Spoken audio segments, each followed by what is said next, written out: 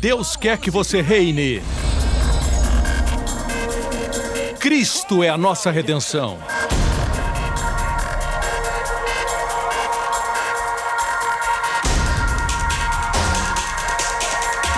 Deus é justo e faz o pecador justo.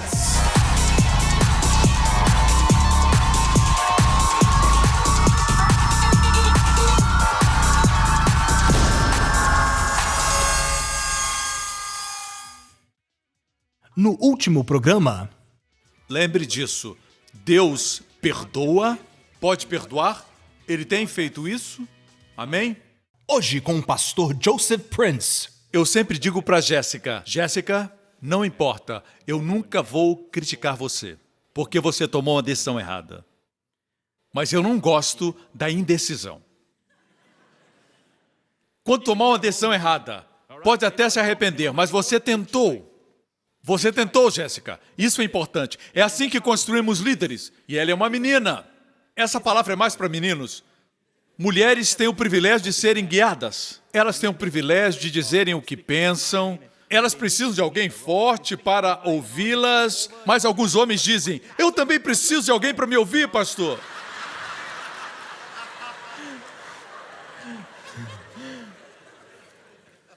Eu tenho um trato com a minha esposa Wendy, que quando eu estou falando com a Jéssica, ela não pode passar por cima de mim.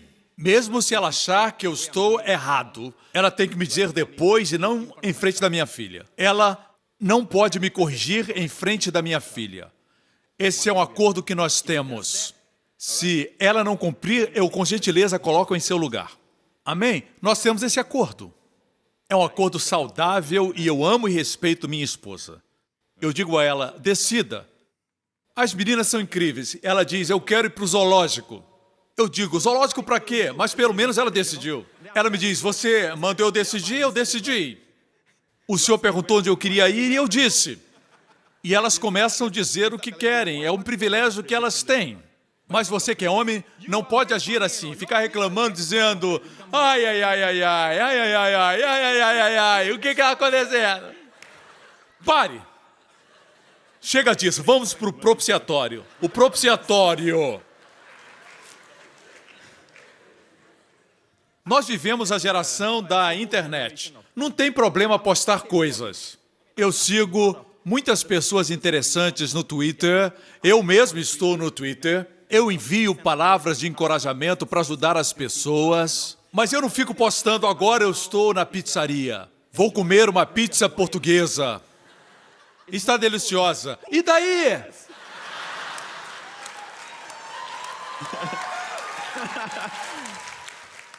Eu não sou contra postar coisas. Você pode usar para a glória de Deus. Pode escrever coisas que vão ajudar as pessoas. Eu, por exemplo, tenho meu devocional diário. E eu posto no Facebook, no Twitter. Está em diferentes mídias. Mas não entre nesse hábito de postar tudo o que acontece na sua vida. Tem coisas que você precisa guardar para você.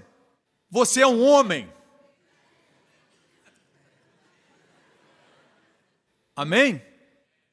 Glória a Deus, aprenda a decidir. Tudo bem que às vezes tenha discordâncias com a sua esposa, isso é normal. Se existe uma decisão importante que você toma, tome, mas respeite a sua esposa. Mesmo que às vezes ela não goste, é um privilégio dela, certo? Mas não é seu privilégio. Você tem que decidir. Ela depois vai perceber que estava certo. As mulheres gostam de homens decididos. Mesmo as mulheres profissionais, elas fazem muitas decisões no trabalho e quando chegam em casa precisam de um homem. Elas querem, como mulheres, ter um homem forte ao seu lado. E elas perguntam, onde vamos comer? E você diz, você decide, querida. Ela tem que decidir de novo, como faz no trabalho. Essa é uma das preocupações, Mateus. Eu tenho compartilhado isso com todos os meus pastores, que precisamos levantar uma geração de homens que decidam. Homens verdadeiros. E não têm medo de falar o que pensam. Você ainda acredita que temos que ser fiéis a uma só esposa? Você acredita em sexo só depois do casamento? Explica então isso para mim. Explicar o quê? Por que ficar explicando? Diga, eu acredito nisso, 100%. Olhe nos seus olhos e diga, eu acredito assim. Eu não penso assim. E daí? A maioria não acredita mais nisso. E daí? A maioria está errada.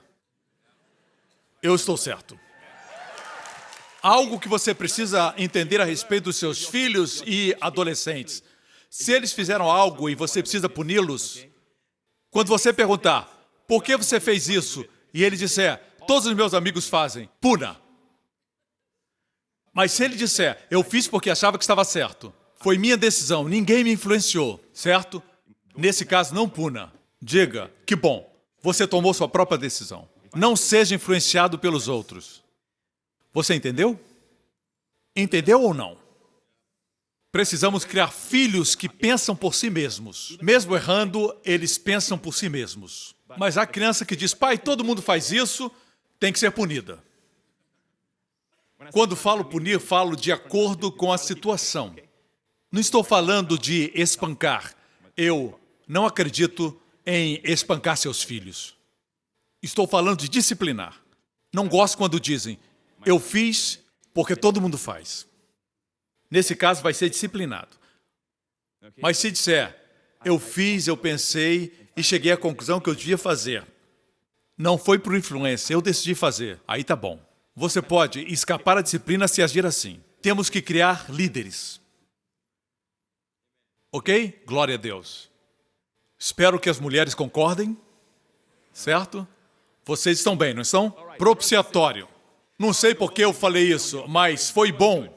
Saí pela tangente. Não é, pastor Henry? Glória a Deus. Amém. Deixe-me falar agora sobre o tabernáculo de Davi.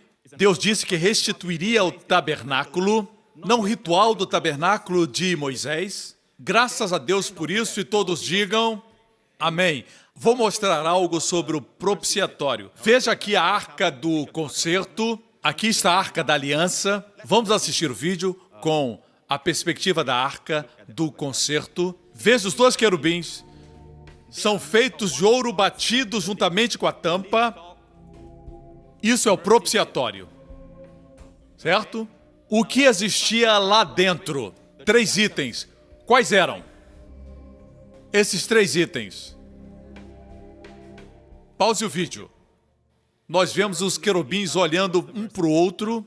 Vejamos os itens que estão dentro. Vamos tirar a tampa.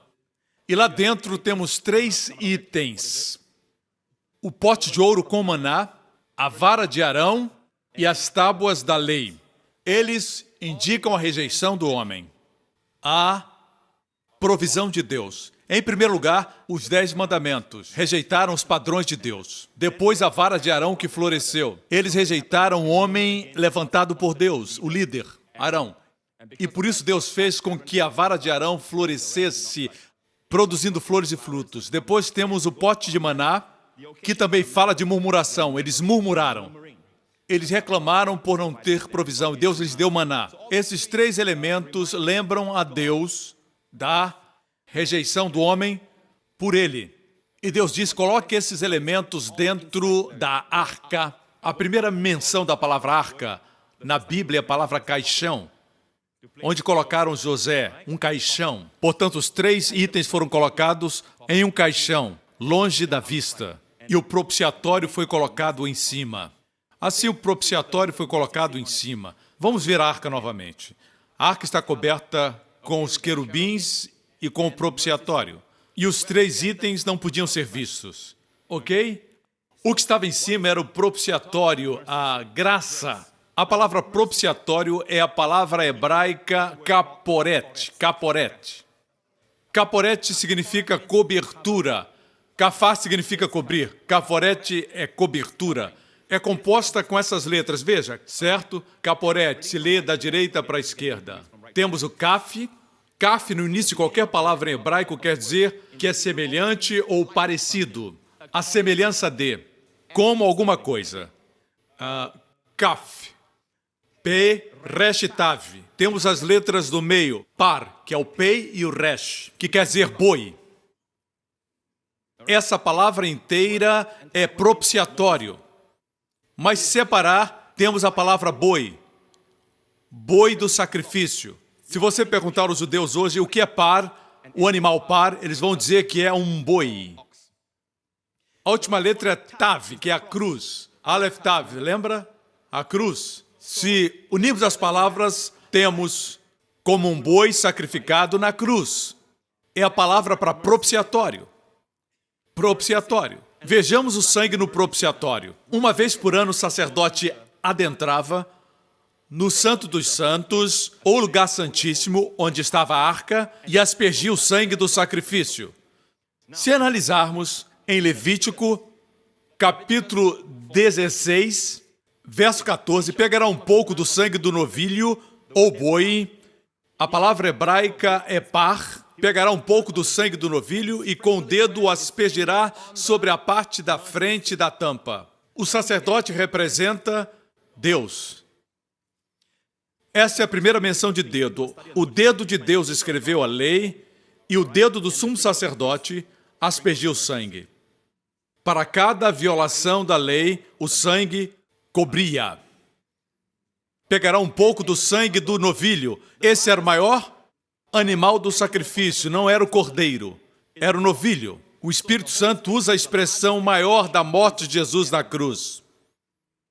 Como novilho na cruz, caporete. Veja, com o dedo o sacerdote aspergirá sobre a tampa. Veja a figura do sangue no propiciatório. Mas algo mais acontece na frente do propiciatório. Vejamos. Aspergirá diante da tampa. Depois aspergirá 7 vezes sobre o propiciatório. Uma vez, na frente do propiciatório, 7 vezes. Veja, olhe para mim. Imagine que aqui está a arca do concerto e o propiciatório. O sumo sacerdote aspergirá uma vez sobre o propiciatório. Uma vez é suficiente para Deus. Jesus foi sacrificado uma vez, mas por que 7 vezes em frente ao propiciatório? Quem pode estar diante do trono de Deus? Quem se aproxima e precisa de perfeição? Eu e você. 7 é o número da perfeição. O sangue nos torna perfeitos. Você me acompanha? Propiciatório é a palavra hebraica caporet, certo? Caporet, que quer dizer propiciatório. Agora, o Antigo Testamento está em hebraico, o Novo em grego. Certo? Repito, porque temos novas pessoas na igreja. No Novo Testamento, veja esse versículo, Romanos 3, 24, sendo justificados gratuitamente por sua graça, por meio da redenção que é em Cristo, justificados gratuitamente. Essa palavra grega, gratuitamente, é dorian, que quer dizer algo que não foi pago, algo que foi de graça. Glória a Deus. Daí vem a palavra gratuito, gratuitamente, quer dizer sem preço, imerecidamente. Gratuitamente é sem merecer. Digamos que você é justificado, mas tem que fazer isso ou aquilo. Agora não é mais gratuitamente. Fomos justificados gratuitamente. A palavra justificados em grego está no particípio presente passivo. Justificados, particípio presente passivo. Certo? É isso que quer dizer. Quer dizer que agora eu e você, sentados aqui, se cremos em Cristo, já estamos sempre justificados. Justificados gratuitamente. De forma gratuita. Sem pagar absolutamente nada. Glória a Deus. Gratuitamente. Dorian, em grego. Deus, por meio da redenção que há em Cristo Jesus, ofereceu como sacrifício para propiciação, mediante a fé, pelo seu sangue, demonstrando a sua justiça. O que significa propiciação? Propiciação. O que quer dizer? Fala literalmente do propiciatório. No grego. A palavra grega é hilasterion. Hilasterion literalmente significa propiciatório. Vamos ler, por meio da redenção que há em Cristo Jesus, Deus o ofereceu como sacrifício para propiciação. Jesus é o propiciatório, através de seu sangue. É a palavra grega, hilasterion. Propiciatório, hilasterion.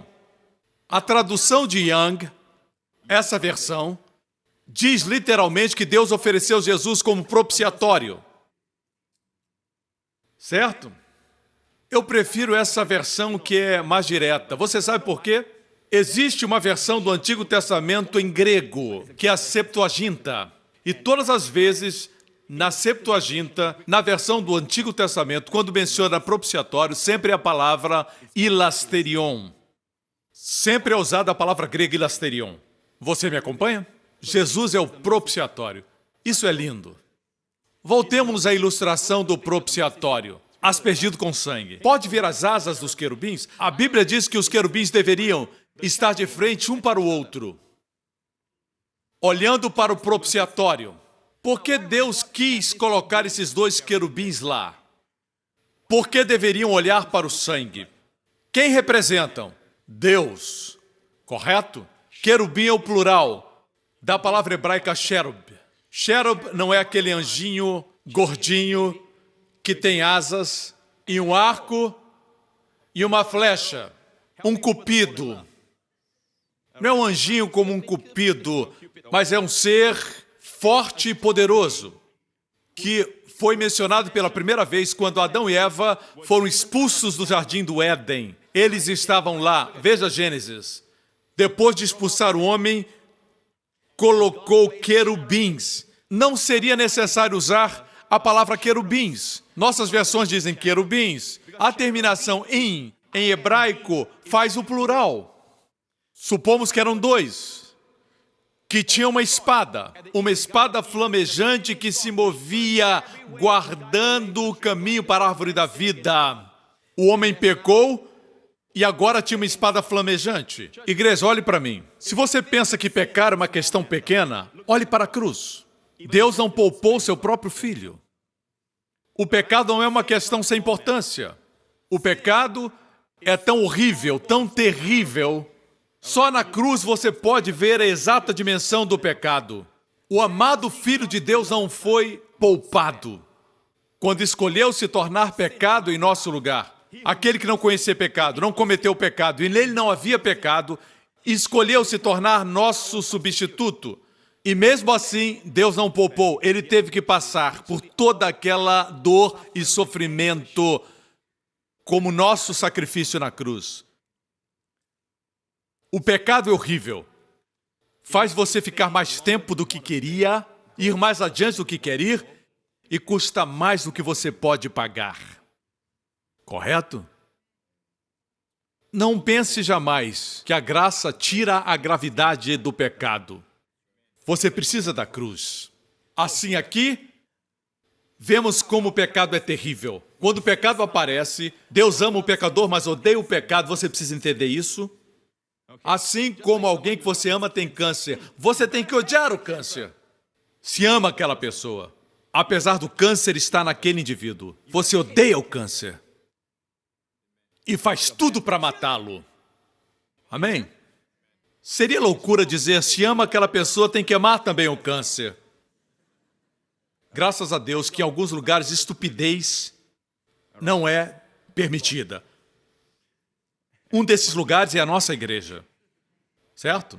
A Bíblia nos ensina o certo. Deus odeia o pecado, Deus ama o pecador, certo? A graça, para entendermos corretamente, precisamos entender que Deus odeia o pecado e tem um amor extravagante por você e por mim. Se não entender esses dois lados, jamais entenderá a graça. Não é possível sem a cruz. Existe essa ideia de que nós não precisamos da cruz, que temos a consciência interna de Cristo e quando precisamos é só irmos a essa consciência interna de Cristo. Temos que buscar dentro de nós essa consciência. Esse é o ensinamento da nova era. Fala de Cristo, fala de Deus, mas não pode ter o sangue de Cristo. Isso é porque o diabo não suporta o sangue de Jesus. Ele é o propiciatório. Não existe perdão sem a cruz. O sacrifício foi na cruz. Correto? Não é essa história de que existe pecado, mas Deus é amor, Ele perdoa o mundo inteiro. Seu coração é grande, o amor de Deus é muito grande. Sim, seu coração é grande, mas Ele é um Deus de justiça. E porque Ele é justiça, a cruz é necessária. Deus não pode perdoar irresponsavelmente sem sua justiça. Você entende? Deve existir um fundamento de justiça, correto? Por isso Deus olha para nós e nós pecamos. Deus expulsou Adão e Eva e colocou querubins para não voltarem para a árvore da vida. O pecado é terrível. Tirou Adão do paraíso. Sempre que sente dor, sempre que vê uma criança chorando, com dor, sempre que alguém morre, pense que esse nunca foi o plano de Deus. Quer odiar algo, odeia o pecado. Pastor Prince, Deus não podia impedir Adão de pecar? Ele deu a eles livre escolha. Se Deus usasse o seu poder para influenciar a escolha deles, não seria livre-arbítrio. Para que fosse livre-arbítrio, eles tinham que ser livres. É muito profundo isso, mas ajuda a entender. Quando usamos o nosso livre-arbítrio, temos que conviver com as consequências. Escolhe Deus, vive no paraíso. Escolhe o diabo, desobedecendo a Deus, você obedece o diabo, obedecendo a Deus, desobedece o diabo. Quem é o seu Deus? Se seguir o diabo, vai ficar fora do paraíso. Ele está fora, onde existe enfermidade e pobreza. Adão e Eva seguiram o diabo, para fora. O pecado é horrível.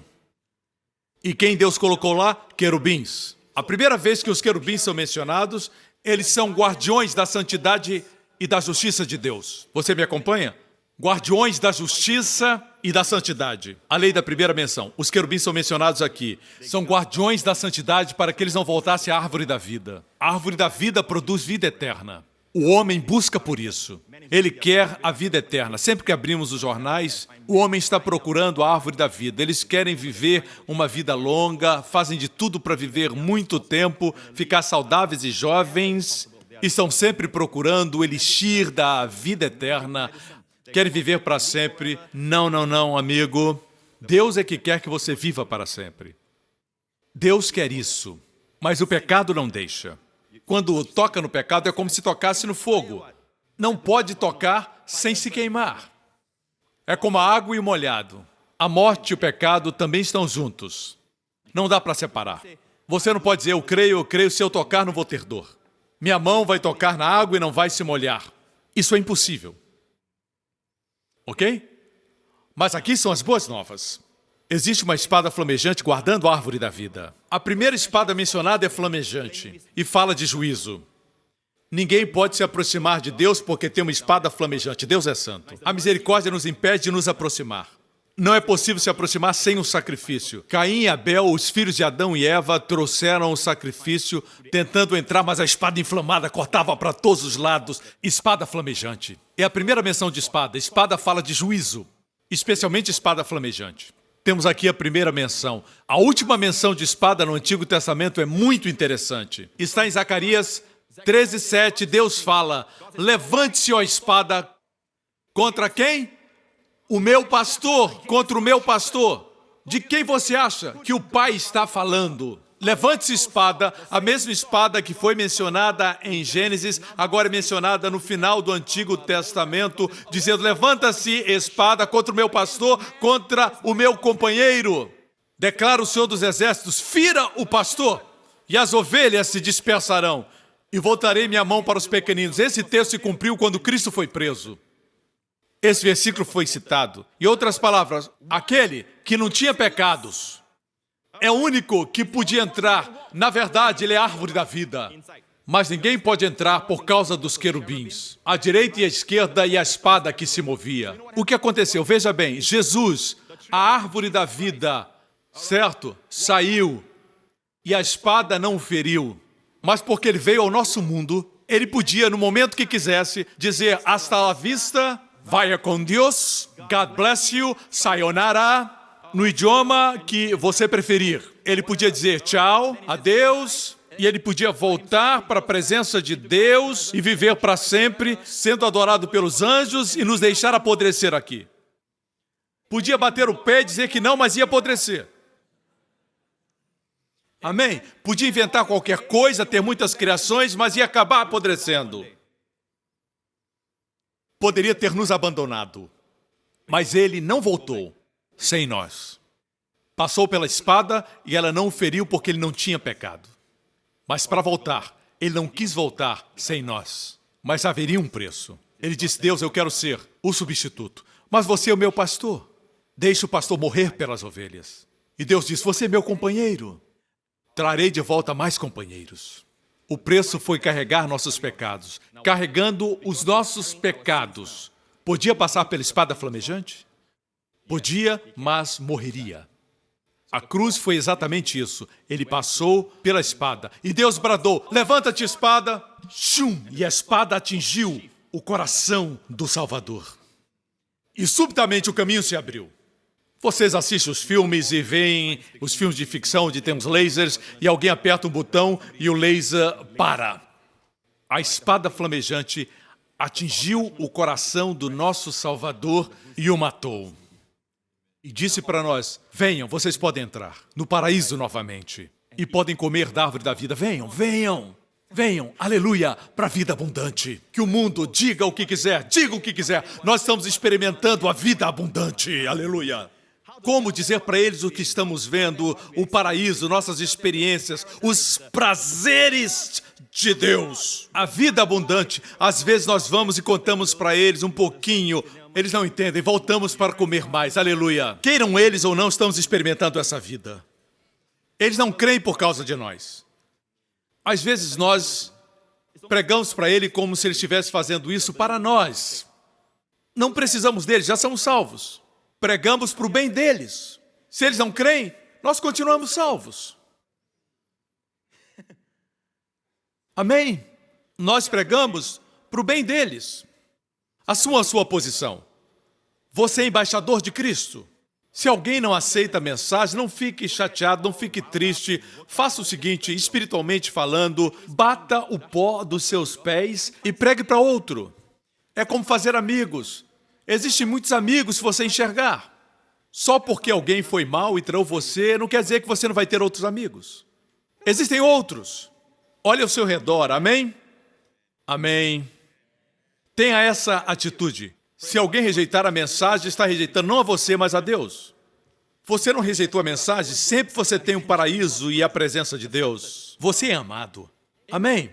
Depois de receber a sabedoria de Deus, saberá resolver seus problemas. E você volta à presença de Deus. Se você tem uma dor, você diz, oh Deus, eu estou sentindo uma dor. E vem a graça, aleluia. E você sai, alguém tem uma dor semelhante à sua, e você diz, eu tinha essa dor, mas eu recebi graça lá no paraíso. E você diz, receba agora, em nome de Jesus. Levantamos nossas mãos assim, recebemos o céu e depois entregamos para alguém. Deus dá um novo pâncreas para essa pessoa. E você corre para entrar, você se sente cansado, mas lá existe ajuda para você. Ninguém se cansa lá.